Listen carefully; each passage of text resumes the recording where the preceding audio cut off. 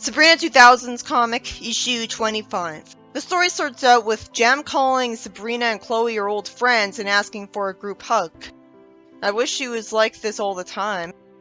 Sabrina's confused by this, so it's not like she finally got smart enough to cast a spell to make her like this. And Chloe's smart enough to worry that she'd steal from them. Jem calls them kidders and is unfortunately drawn to smirk and tells them to come in close and smile. They clearly don't smile and a picture gets taken. The fact that they weren't smiling should make it immediately obvious that the picture was a failure. But I guess Jem's gonna be happy about it anyways because of bad writing. And the title has the word campaign in it, so I'm guessing that instead of her being nice because of a spell, which would take advantage of this being a comic about witches, she's doing this because she's campaigning to be school president or something. The flash blinds them, and she says that this photo would help her win the nerd vote for the school newspaper. Somehow the cameraman doesn't immediately tell her that it wouldn't because they weren't smiling in that picture. Maybe she secretly hates her and wants the photo to suck. Otherwise her not helping her would make no sense. If logic existed, most of the nerds wouldn't be fooled by this and vote for her. And also if logic existed here, she wouldn't be calling Sabrina and Chloe nerds when they're clearly not nerds. How can she be such an idiot that she doesn't even know what the word nerd means? They don't have glasses, they don't appreciate superhero comics, and one of them's in a cheerleader outfit. How the hell is anyone supposed to know they're supposed to be nerds just by looking at them? Only Chloe's kinda smart. But I don't know what her grades are yet. I'm guessing the plot's gonna ever win because the plot demands it, even though she's always portrayed as a horrible person and would logically be famous for that. To portray a character as popular in universe despite it being terrible is to completely misunderstand and misrepresent what makes a person popular. It's certainly not being mean to people for no reason. Sabrina calls Jem a sleaze for wanting to run for student council president.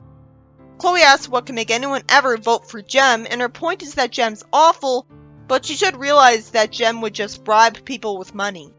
She's more creative than that and bribes people with gold-plated campaign buttons. Wouldn't that not be allowed? It's not literally money, but it still violates the spirit of the rules, if not the letter. If she's allowed to do anything she wants because her parents are rich, then at that point, why isn't she just made the student president right away without even needing to run an election first? If the writing was interested in being good instead of unrealistic, Jem would be disqualified from running immediately. Or even if she did win from people realistically accepting the gold, she'd quickly find out that student body presidents have no actual power over the school, which was the lesson that was learned by Sabrina's friend in the sitcom and caused her to give that position away to Libby. And while this is a comic about witches, its entire justification for Sabrina always being told not to use her magic is that's supposed to be more realistic. Why isn't Jem being realistic to let something good come out of this direction? Instead, Jem replaced Sabrina as a character who can get away with anything, even though she's a much more likable character. She says that her legal department informs them that acceptance of a gold-plated button constitutes a binding contract of the student's official vote. Huh? That wouldn't happen either, because that would make her election campaign different from everyone else's, because normally the student president is voted for by the students choosing their name on a paper. So why would she be any different?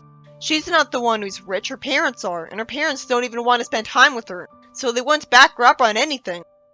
Because the tone of the story is being so cynical that we're actually supposed to assume she'll win, I don't see how it's funny. While it doesn't look very moral of Chloe to be tempted to accept the gold, it is realistic. She's just a teenage girl and she might have the good intentions of giving the money from it to her family. Sabrina has to drag her away, and she says she's gonna run against Jem to idealistically try to prove that the system works. I'm guessing Sabrina will lose. This isn't lighthearted, it's dark. It's just harder to tell when looking at it because Sabrina's comics always have bright colors. I don't see how Sabrina thinks she can win. She's idealistic, but there's a thin line between that and blind stupidity. Salem wants to use his magic to get her to consult some great political minds. I don't know why he's even trying, not only because Hilda spoils his fun when she's never above using magic herself, but because he should know Jem's guaranteed to win. This story looks like a dumb waste of time. Her aunts get into an argument because a long time ago, Hilda dated a Persian prime minister without telling Zelda when she didn't ask. Why does Zelda think she's entitled to know everything about her sister's love life? Why in the world is Jem going through Sabrina's garbage looking for something she can use against Sabrina when she's bribing students with gold and accepting the gold means to vote for her? That means literally everyone would take it and it's voted for her already. So Sabrina's right, she is pathetic. It should be explained that it's possible for a student to unvote for her after giving the gold to their parents to get the money from it.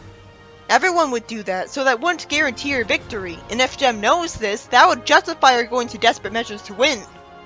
We weren't told she was told by the school staff that those gold votes don't count. Salem says he threw out some junk mail from the other realm recently, including a free demon offer. So Jem ends up getting scared by a demon that suddenly grows to its normal size after it has to have been shrunken to fit in there. Why would there be a free demon offer? Couldn't a witch cast a spell to create a monster anytime she wanted, even if she wanted that? And that would only be used for evil anyways, so it'd be illegal. Why was Sabrina thinking that this is too harsh even for Jem? The demon dissolves really quickly, which is why Salem didn't buy any, and in his day this wasn't the case. So the free demon offer is just there for a prank to quickly scare someone. Jem cries and Salem casts a spell to erase that from her memory. And he makes her a little dizzy afterwards, I guess on purpose to be a jerk, because there's no reason that alone would make someone dizzy. It does make more immediate sense that Salem would be shown erasing her memory, so we'd know it happened. Chloe tells Salem it was a nice shot. There's no reason he'd miss. Chloe high-fives Sabrina, who thanks her for helping to paint posters. Jem wants to keep spying on them to find out their secret plan against her. What made Sabrina think that she was on her way home after Salem erased her memory? If Sabrina didn't tell him to do that for her, Jem would have kept running away, and not witnessed Sabrina zap the sign to fix the completely forced spelling mistake painted onto the sign. I could understand a typo, but Chloe painted the sign herself, so how would someone who's normally smart misspell president? Somehow, after Salem goes inside when it could have easily not, Jem tells Sabrina that she saw that, and Sabrina stammers like a dumb moron instead of lying to her or instantly erasing Jem's memory of what she saw. She has the same powers as Salem, and this would be as easy as remembering what happened and pointing. I know the comic's not going to have the guts to keep her knowing that Sabrina's a witch, even though that could be interesting, because Jem could have an incentive to be nice to her to take advantage of her magic. Though that'd only be justified if it was clearly explained to us that Salem wasn't around and only he can erase memories. Why would the Witches' Council let a transformed fugitive keep the ability to erase memories? Jem assumes that Sabrina's paintbrush is magical. It's definitely exciting to see Jem react to Sabrina being a witch, but because Salem has to be here, it's not going to last as long as it should. Too bad, because there could be a whole story about this, and there could have not been a gold panel at all. Jem recklessly steals the paintbrush from Sabrina's hand because she wants to try it. Wait a minute, Jem heard Salem talk! How was she not reacting to that? I guess I'm supposed to assume that Jem is hard of hearing. Salem sends Sabrina a telepathic message telling her to let him handle this, after he miraculously opens the door back up to reunite with Sabrina when he just went inside the house for a reason. Wouldn't he have been too far away at that point and behind a door? I guess he could hear Jem, but she couldn't hear him, not to mention that she wasn't even questioning the fact that Salem was standing up. Salem, instead of Sabrina for some reason, uses magic to make the paintbrush actually magical, and Jem paints a sign to say I heart Jem. So she wants to keep the magic paintbrush and tells her that if she tries to get it back, her lawyers will tie her up in court for years. What an idiot. First of all, stealing is illegal. She should know that being rich doesn't literally make you above every law. She could still call the police on Jem. It's insanely, ridiculously cynical of the tone to portray Jem as being right. I get that the rich sometimes do get away with stuff, like their prison sentences are too short, but they still serve them. And again, the show had her parents go vacationing in Guam without her, so if they hate her that much, they wouldn't let Jem have her own lawyers who would do this. They wouldn't even pay her bail after the cop would put her in jail for this. And that's not even getting into the obvious fact that Jem should know that if Sabrina has a magic paintbrush, it's obviously because she comes from a family magical enough to make it that way, which she should be guaranteed to figure out when the magic on the paintbrush fizzles out. So who's the source of that magic? I don't know, how about the cat that stands upright? Wouldn't she know that Sabrina would just use magic to get the paintbrush back from her? Logically, that's what she would do. If Salem was fine with erasing Jem's memory once, he would just do it again. Sabrina admits that it's her fault she was careless and let her see spellcasting at least. Salem wisely says that Jem won't do any harm by having that brush, and Salem says that anyone she'd try to talk to about the magic brush won't believe her. This is more realistic writing than the sitcom where Libby got a whole crowd of people, including a news reporter, to come to Sabrina's house and ask if she's a witch just because they took her word for it. I guess they didn't believe her and were just humoring the rich pretty girl by asking, since when people denied it, they dropped it right away. Salem says that Jem making people think she's delusional would make Sabrina's election a sure thing. Sabrina thinks that's not fair and she wants to drop out if it keeps getting worse. She really is a terrible audience surrogate. Sure, it's establishing that she's a good person, but anybody would hate Jem. Anybody would think she deserves to be punished and doesn't deserve to win the election. And since she's got something over everyone else by being rich, it is fair that Sabrina used magic. Because she's cheating, so it's the only way to even the odds against her. The comic doesn't realize that there's a difference between being a good person and being stupid. Hilda watches some convenience breaking news about a gigantic mural that suddenly appeared downtown, which is a picture of Jem asking people to vote for her. First off, I guess it's a really slow news day if this was considered breaking news, because this is basically graffiti. Since when does the news report on graffiti instead of violent crime or political gaffes? But that's a nitpick. I guess it's possible that it could be a slow news day. And maybe it makes sense that Jem thinks making graffiti downtown is a good idea, because if she thinks she can get away with stealing, then she would think she could get away with graffiti without being prosecuted. It'd be better writing for Sabrina to at least try to call the police and report the theft. After all, she's always an idiot, so she was stupid enough to just let her run away with the brush instead of freezing her in time to get it back. Then she once listened to Jem's threat about her lawyers. She'd get caught immediately because she'd be asked to submit her fingerprints and her prints would be on the brush. The next morning, Chloe says they're handing out flyers saying the students have to go right to an assembly today. Since when does that happen? Students are just told to go to an assembly by their teachers in the class and then they go. There's never any flyers. Maybe things are different in public school. Salem telepathically tells Sabrina that the paintbrush is out of magic. After Chloe complains that Sabrina should get equal time on the stand, which just points out a plot hole, Jem tediously wastes my time with multiple panels getting excited over a powerless brush. Why was she surprised that people didn't believe her? Why didn't she try to prove it instantly? If cell phones are a thing that teenagers have in this comic, why didn't she make a cell phone video of her using the magic brush? Or at least a camcorder video. Of course, then she'd get accused of faking the video with editing or something. So we should have seen that. The adult asks Jem for the brush and she gets possessive of it. Chloe stands up for Sabrina, literally, by reminding him, "Equal time here," and I hate that Sabrina's telling her no. This immediately gave me a flashback to when, after Rhoda stood up for Nicole and Archie Sonic to the Council of Acorns because they were hating on her, Chuck told him to stop, and when Rhoda quit, Nicole had the same kind of horrified reaction with her hands over her mouth. Why write a character to not appreciate being stood up for? At least the writing is realistic in the sense that the adult said Chloe was right and Sabrina gets out of the floor. As Jem threatens to paint everyone green, Sabrina says she doesn't want to see the campaign turn into a sideshow, so she's withdrawing from the race. She should have been written to withdraw from the race because the head witch told her that witches aren't allowed to run for political office. To be fair, I was actually feeling sorry for Jem too. I must have been if I barely read the panels where she got excited over the magic brush here because I found it so cringeworthy that she would be making a fool out of herself. I think I'd rather see slapstick. Out of complete nowhere, it turns out that Jem won't win because of Sabrina dropping out of the race. It turns out that Emily decided to run for office too just this morning. So she really did hate Jem.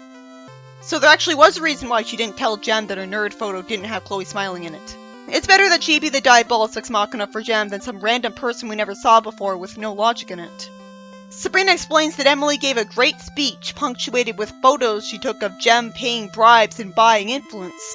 Shockingly, this led to Jem withdrawing too, even though she spent the whole story and the entirety of the comic acting like being rich means she can get away with anything.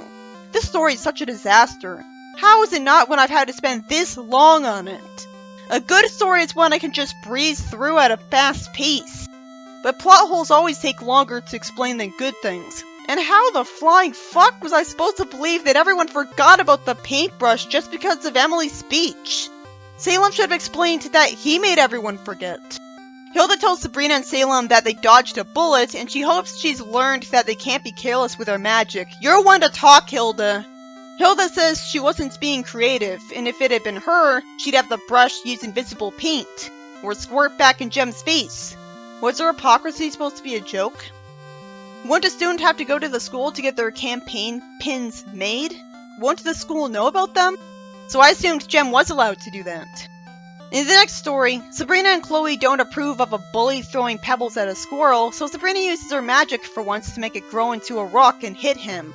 Somehow Chloe talks as if she needed to have practiced her magic last summer to have learned how to do that, when anyone could imagine a pebble becoming a big rock.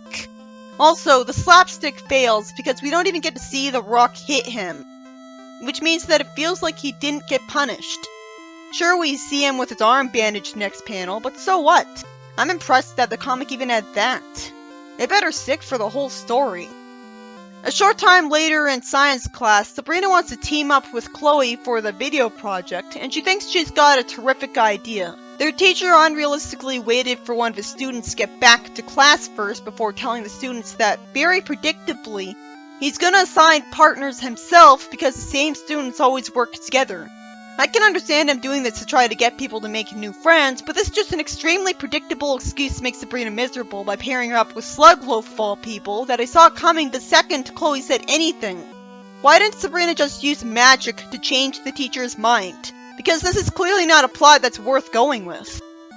Sabrina in the earlier comics has done stuff like try to change her teacher's mind about giving a test too early. On Saturday, Zelda's in a van and asks Sabrina if she has all her stuff and her batteries charged, and she sociopathically lacks empathy for her situation and just tells her to stop being negative because the complainer is always wrong. What is this, an 80s show? Why the hell isn't she siding with her own niece? She even tells Zelda that Slugloaf doesn't respect nature and will ruin her project. Zelda completely disregards her worries and says that Mother Nature can take care of itself, and tells her to give him a chance rather than just brainwash him into changing his mind every time he considers animal abuse, which I don't see how that's a bad, evil idea at all. Slugloaf wants Sabrina to hurry up because there's a big wrestling match on TV this afternoon. I hope the story won't be as bad as it could be, but even then, he tried to throw rocks at a squirrel. Are they just gonna ignore that by pretending he's not so bad after all? Go figure, he likes wrestling because he's big, so stereotype. But I do like that he's being given an interest to develop his character. He wants to read a wrestling magazine, while she'd do all the work. She says to head for the river as he for some reason tells her all excitedly to look at something outlandishly awful as if she'd like it too. I'm not sure even wrestling would have a picture of a wrestler bouncing his fake eye. That's like something out of an Adult Swim cartoon. Sabrina tells him that all he has to do is drop the proper sign into the river when she says to. Predictably, he can't even get that right, as he gets distracted by a pretty muscular woman wrestler and is written to say ooga booga like he's caveman tales. How is that not out of place? Sabrina cathartically asks him what's wrong with him. Fortunately, he doesn't hit her after that. He folds the sign and throws it into an airplane to throw it at that bird's nest. Sabrina says that's it. If she was smart and cool, she'd use magic to brainwash him into actually helping her with the project. It's not like he'd be made to do something evil or embarrassing, so what's the big deal? Or she'd use her magic to intimidate him into being helpful. It'd also be cool if she at least gave him slapstick for us to enjoy. I bet all she's gonna do is whine at him and somehow expect that to help, as if she doesn't remember she's a witch. Yep, she's just whining. She tells him that she'll do it all if he just stays out of her way. He says he'll go see what other wildlife he can harass. Wouldn't it be nice if he ended up being chased by a bear? Actually, he does. And Sabrina shows a picture of it to the class. There's no way he'd intentionally try to harass a sleeping bear. It makes sense if he just didn't notice it and started running after him. And the story ends there, with Harvey saying that he bets he'll get it in the end, when he's probably still alive, so that was dumb. And there's no indication that Sabrina got a good grade on her project, so the ending wasn't satisfying enough. It's not like it was explained that he got hurt. In the comedy page, Zelda casts a spell talking to a collection of containers. She tells them to break it down into their base chemical compounds and disassemble into the subatomic molecules that bind you, making this the first time she's ever been portrayed as smart like in the sitcom. And it'll probably be the last at this rate. Salem says that she takes her recycling very seriously, and she plans on doing the same to the newspapers. That's not recycling though. It's just zapping stuff into Never Neverland. But that's better than throwing it in the garbage, or making sure it has to get transported by pollution-causing trucks. I'm just glad that she used magic instead of boring me. But it ends up making me a little mad that she thinks she should be doing this, but if Sabrina did it, she'd be insulted for using her magic casually. In the next story, Sabrina wins against Salem for the 5th time in a row, and he turns her into a clown, and somehow wastes time denying that he's a sore loser. Salem dismisses Sabrina as lucky and wants to use a good luck amulet that he saved from his days as the warlock. Why didn't he always wear the good luck amulet? Let me guess, it'll somehow backfire on him. Despite wearing the amulet, he trips and falls down the stairs, which ruins Sabrina's science project on bacteria and yogurt. Too bad Sabrina's too stupid to just reverse time. Another thing Sabrina can do is time travel, which she doesn't do here either. Why the hell didn't Salem immediately realize that he was wearing a bad luck amulet? Maybe he remembers it as a good luck amulet because he used to give it to his enemies to wear so much. Even that's stretching it. I get that he's being given what he deserves for wanting to cheat at chess, but that's such a petty reason to devote the entire story to hurting him. So what if he wins a game of chess? Winning at it matters more to him than it does to Sabrina. Why does the comic show him getting hurt but never the bullies? We see him step on a chess piece and jump around holding his foot, which is unrealistic. He wouldn't jump that much. Predictably, he falls through a window. It might have been funny if we hadn't seen that open window before he fell through it. Instead it was predictable. Oh good, he inconvenienced Quigley in the process.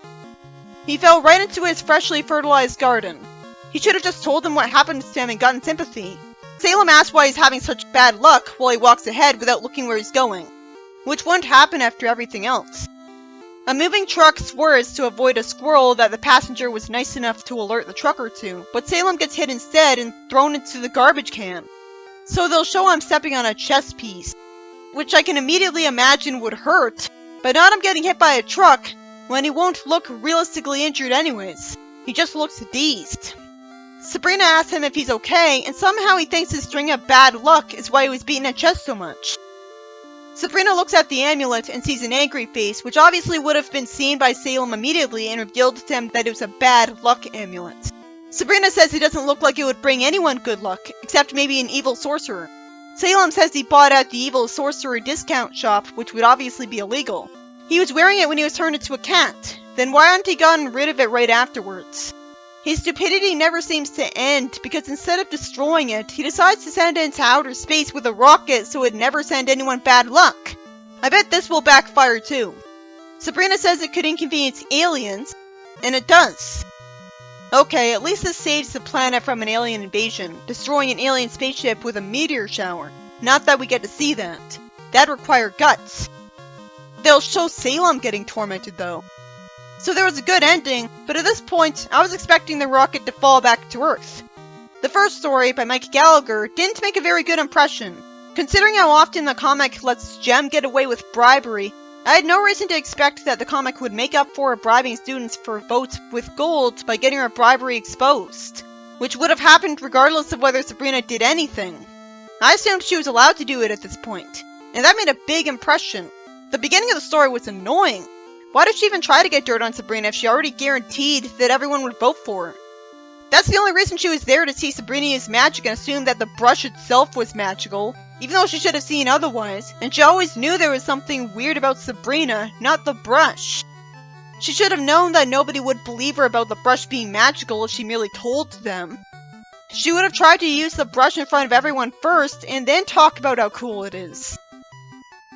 And since its residual magic wore off thanks to Salem, she would have found out the magic wore off.